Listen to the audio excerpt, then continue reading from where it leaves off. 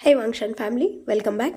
मेरी एक lovely listener ने मुझसे पूछा कि विंग अगर ओमेगा है तो ये बात किसी को पता क्यों नहीं चली। Answer is very simple. ये एक मॉडर्न ओमेगावर्स फैन फिक्शन है जिसमें विंग पहले से ही अपनी आइडेंटिटी हाइड करना चाहता था, इसीलिए वो सेंट ब्लॉकर या ओमेगा कॉलर का यूज करता था।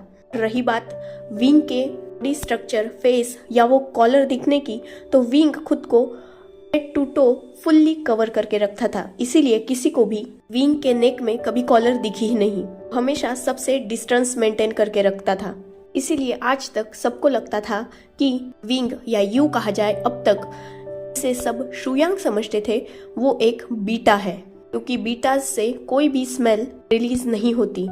अचानक पार्टी में सबको ये पता कैसे चला कि विंग ओमेगा है, कि कॉलर तो उसने अभी भी पहनी होगी या सेंट ब्लॉकर यूज किया होगा। तो इसका आंसर ये है कि ये लोग सब ऑलरेडी ही विंग को जानते हैं। इन सब का और विंग का एक पास्ट है, क्योंकि ये सब लोग विंग को बहुत करीब से और अच्छी तरीके से जानते हैं, तो सब को ये पता है कि विंग एक ओमेगा बॉय है जो हद से ज्यादा ब्यूटीफुल है।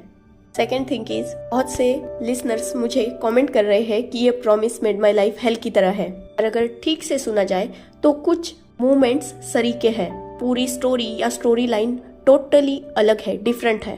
प्रॉमिस मेड माई लाइफ में विंग ने बहुत आसानी से अपने फेस को रिवील कर दिया था। यहाँ विंग हर किसी से फेस हाइड कर रहा है, इसका रीजन भी बहुत जल्द पता चल जाएगा। And the second thing is, इसमें विंग के पास बेबी है। अब वो बेबी किसका है क्या, ये भी सबको पता चल जाएगा बहुत जल्द। एंड थर्ड थिंग, क्या ये स्टोरी टॉक्सिक है, पेनफुल है, सैड एंडिंग है? तो ये स्टोरी बिल्कुल भी टॉक्सिक नहीं है। हाँ, हो सकता है एक दो मोमेंट हो, पर अगर पूरी स्टोरी की बात की जाए तो ये टॉक्सिक नहीं है।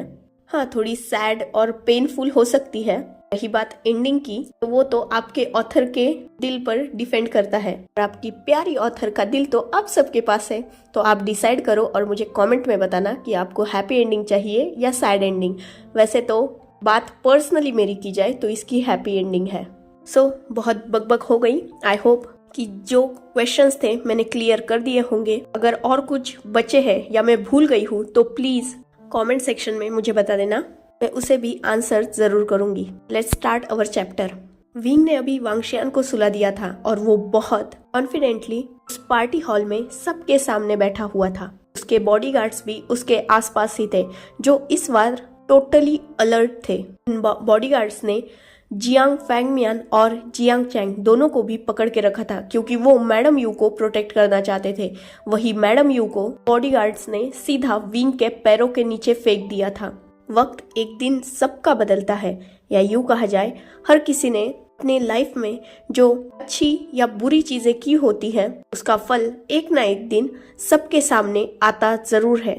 पर्सन एक जमाने में सबसे ज्यादा नॉटी, हैप्पीएस्ट, लविंग, केयरिंग और स्वीट ट्रबल मेकर था, जो वही पर्सन इन सब स्ट्रॉन्ग बिजनेसमैन के सामने टोटली डिफरेंट ऑरा कैरी किए बैठा हुआ था।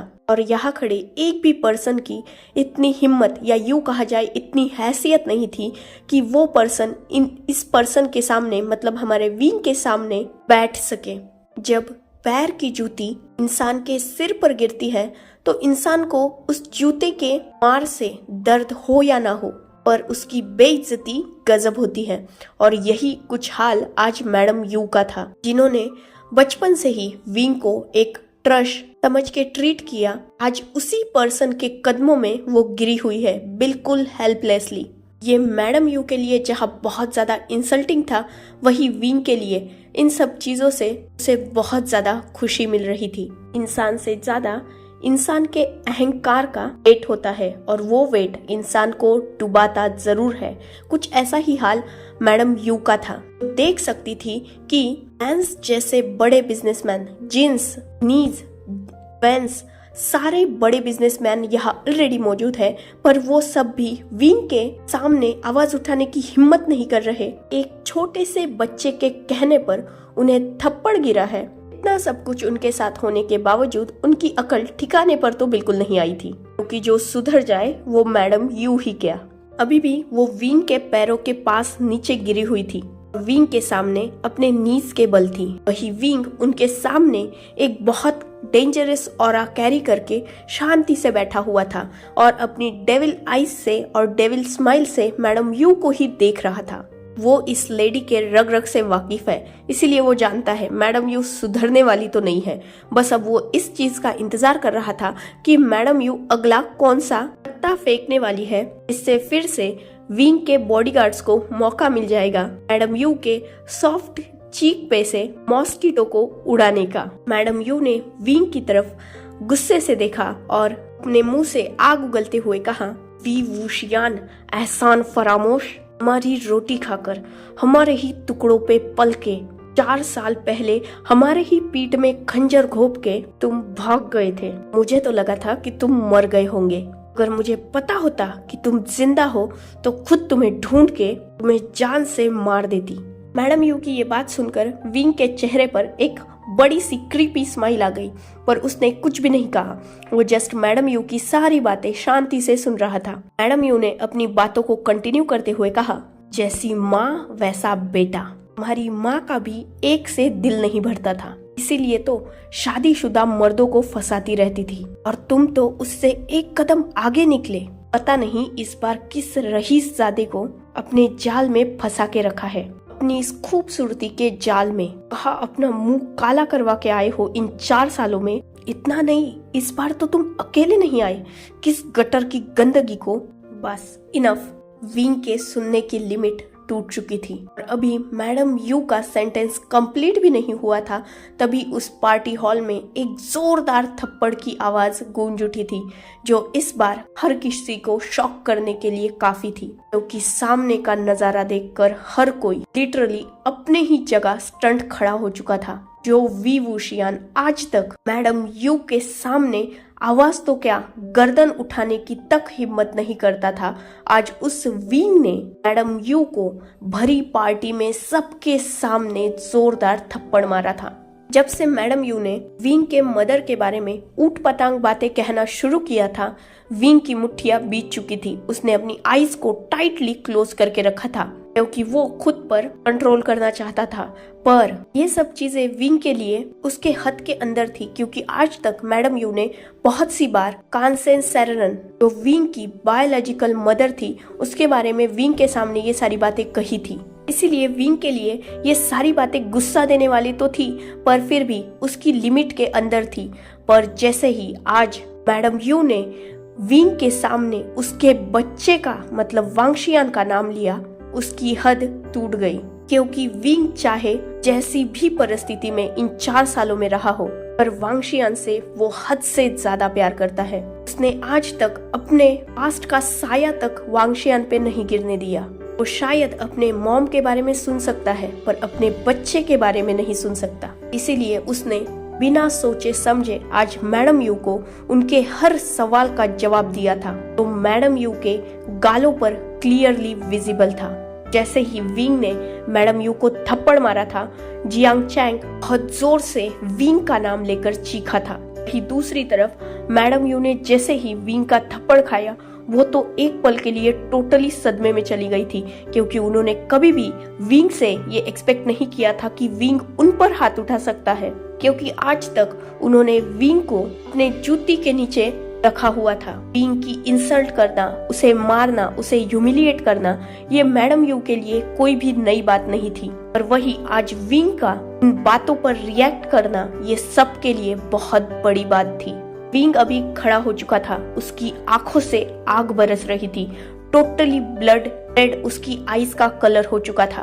वो इतना गुस्से में था कि उसने एक नजर सब पे डाली, तो कहीं ना कहीं वह जो स्ट्रॉन्ग अल्फा थे वो भी अंदर से कांप चुके थे।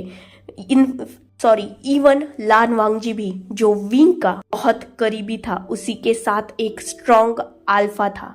मैडम यू ने विंग को इतना वो कर दिया था कि एक चाटे से तो विंग का दिल भरने वाला नहीं था, पर विंग अपनी हदों को जानता था, इसीलिए वो दूसरा हाथ मैडम यू पर उठाना नहीं चाहता था।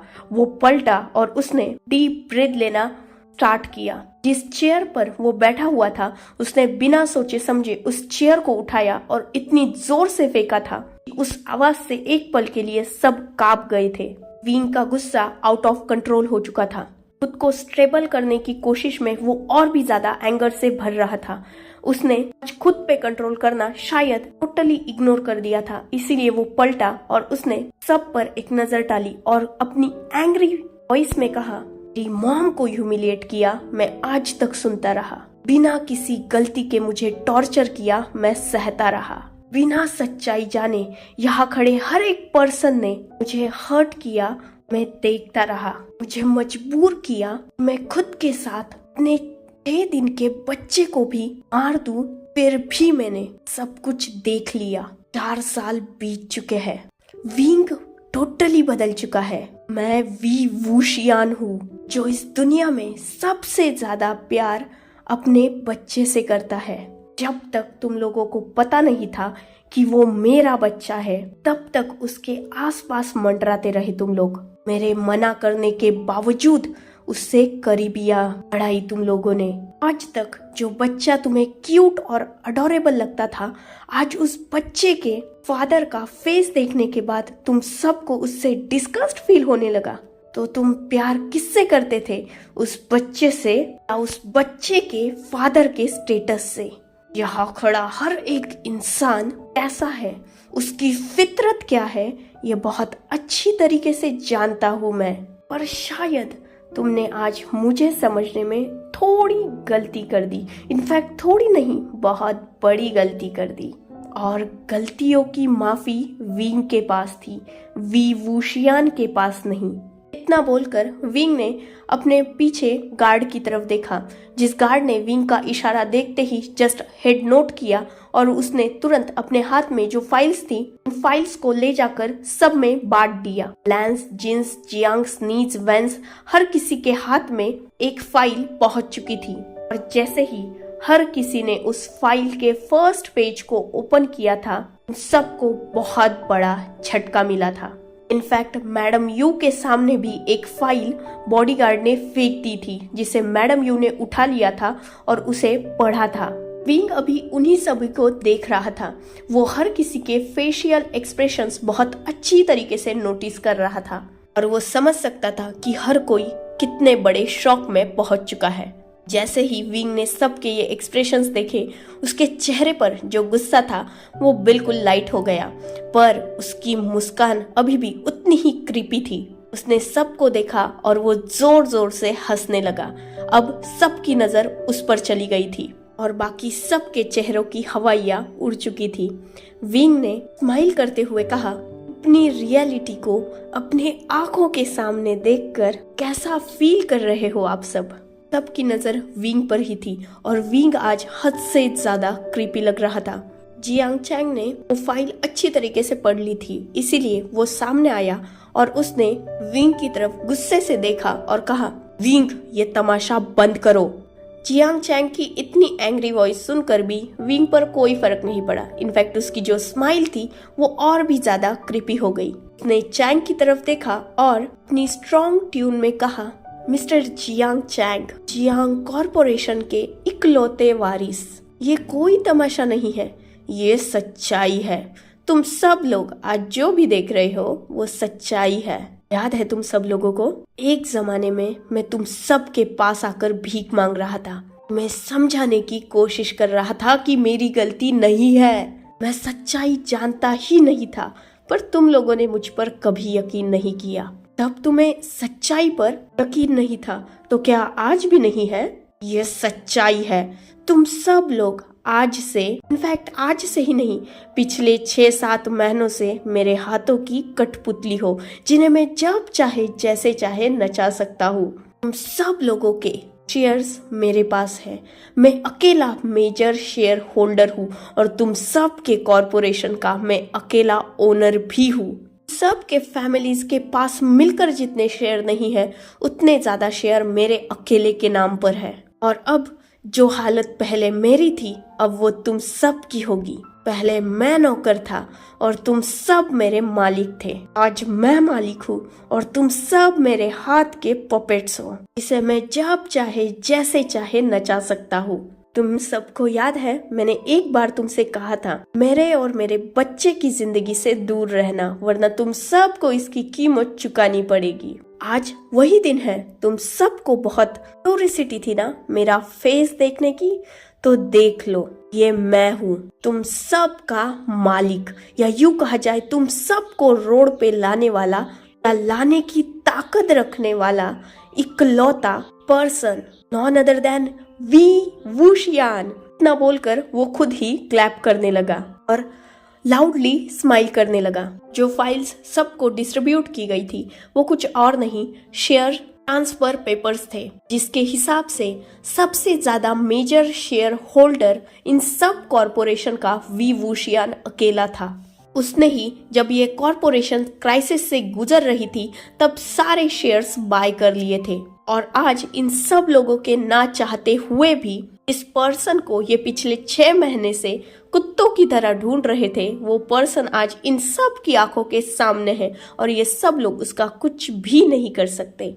जैसे ही अंगजी ने विंग का ये डेविल रूप देखा था वो बहुत शॉक हो चुका था, क्योंकि उसके सामने तो ये पर्सन कितना मासूम था और आज जो पर्सन उसके सामने खड़ा है वो टोटली डिफरेंट है। वांग जी ये बात कहीं ना कहीं समझ चुका था।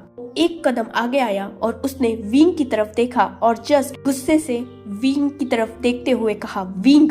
विंग ने जैसे ही इस आवाज को सुना वो पहचान चुका था कि ये पर्सन कौन है।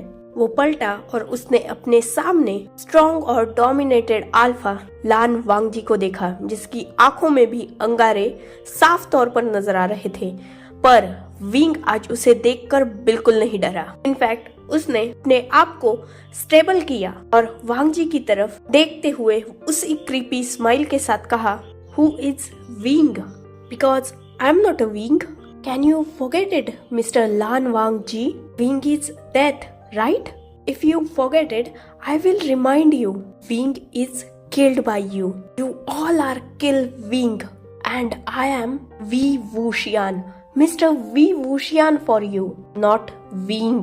वांग जी ने विंग की तरफ उतने ही गुस्से से देखा और अपनी आवाज को रेज करते हुए कहा, तुम वो इंसान थे जिसने हम सबको धोखा दिया और हम सब के सामने मरने का नाटक करके यहाँ से भाग गए।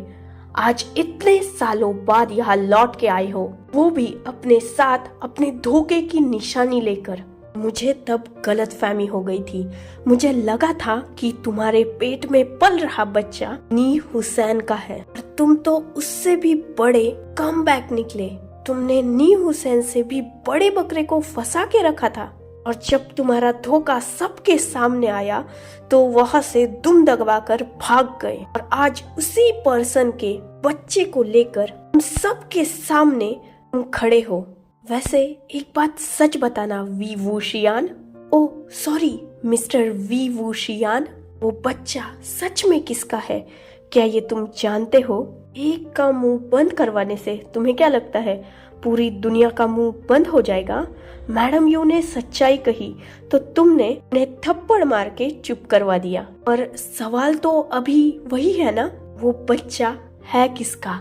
ऐसा कौन सा पर्सन है जिन्होंने तुम्हें इस 4 साल में एक रोड से उठाकर इतनी सारी दौलत और शोहरत दे दी? उसके बदले उसने कुछ तो लिया होगा ना, और वो कुछ क्या है यहाँ हर कोई जानता है। जैसे ही विंग ने वांग जी के मुंह से इतनी सारी कड़वी बातें सुनी थी, कहीं ना कहीं जो बचे हुए इमोशंस कहीं दिल में दफन हुए पड़े थे वो भी आज पूरी तरीके से फिनिश हो चुके थे। और जो विंग से रिएक्शन की उम्मीद बाकी सब लोग कर रहे थे उसका उल्टा ही विंग ने किया था। सबको लगा था कि विंग गुस्सा हो जाएगा और वांग जी को भी कोई स्ट्रॉन्ग पनिशमेंट मिलेगी, पर इसके उल्टा विंग ने वांग जी की तरफ देखा। उसकी आंखें बिल्कुल नॉर्मल थी और उसके चेहरे पर एक सॉफ्ट बट कुछ अलग अजीब स्माइल थी। उसने वांग जी की तरफ उतनी ही सॉफ्टली देखते हुए कहा, थैंक यू वेरी मच मेरी लास्ट होप को भी खत्म करने के लिए। मैं पहले चाइना आया क्योंकि मैं तुम सब के आंखों पे से अपने जो गलतियां मैंने की नहीं उस गलतियों का पर्दा हटाने के लिए आया था, पर अब जब मैं जानता हूँ कि तुम सब लोग मेरे बारे में क्या सोचते हो, मैं ऐसा बिल्कुल नहीं करने वाला। 1 मिनट, पर मैं ऐसा क्यों ना करूँ? 4 साल तक मैंने भी तो सफर किया है ना, अब तुम सब की बारी। चलो तुम लोगों को मैं एक स्टोरी सुनाता हूँ, अपनी खुद की रियल लाइफ स्टोरी। एक हैप्पी कपल वी चांसे और कांसे सरन एक दूसरे से बेइंतहा प्यार करते थे। विंग ये स्टोरी सुना रहा था, उसी के साथ वो आगे पीछे हो रहा था। मैडम यू भी अभी अपनी जगह से खड़ी हो चुकी थी। वहीं विंग के एक बॉडीगार्ड ने उसे वापस से चेयर लाकर दे दी थी, जिस पर विंग पहले की ही तरह बिल्कुल कंफर्टेबली बैठ गया और वो सब की तरफ देखने लगा। बाद में उसने अपनी नजरों को नीचे किया और अपनी स्टोरी को कंटिन्यू करते हुए आगे कहा। कांसे सरन जियांग फेंगमियान, जो जियांग कॉरपोरेशंस के तब CEO थे, उनकी पर्सनल सेक्रेटरी थी, जिसने फेंगमियान की कॉरपोरेशन को आगे बढ़ाने में बहुत सारी हेल्प की। मैडम यू, जो जियांग फेंगमियान की पर्सनल लीगल वाइफ थी, उन्हें ये बात कुछ पसंद नहीं आई। उन्हें जियांग फेंगमियान मतलब अपने ही हस्बैंड पे शक होने लगा। पहले से ही एक एरोगेंट और कोल्ड हार्टेड लेडी के सामने जब ये सब आया, वो सह नहीं पाई, या यूं कहा जाए अपने ईगो के बीच में वो सच और गलत में फासला करना भूल गई। इसीलिए उन्होंने अपने ही हस्बैंड पर यकीन न करते हुए उनके पीछे स्पाई भेजे। और जब ये बात जियांग फेंगमियान को पता चली, जियांग फेंगमियान और उनकी वाइफ मैडम यू के बीच के रिश्तों में दरार पड़ने लगी। और इसी दरार के चलते जियांग फेंगमियान को मैडम यू से धीरे धीरे दूरी ही कंफर्टेबल लगने लगी और वो कांसे सरन के तरफ अट्रैक्ट होने लगे। पर जियांग फेंगमियान ये बात बिल्कुल नहीं जानते थे कि कांसे सरन की ऑलरेडी शादी हो चुकी है। इतना ही नहीं, उस शादी से उन्हें एक बच्चा भी है, और वो बच्चा कोई और नहीं, मैं द ग्रेट वी वुशियान हूँ। इतना बोलकर वो क्लैप करने लगा। सो enough for today. Let's take a break. Next chapter in next video. If you like my explanation, like, comment and subscribe my channel. Hopefully you all are enjoying this journey. Goodbye, take care, enjoy your beautiful life.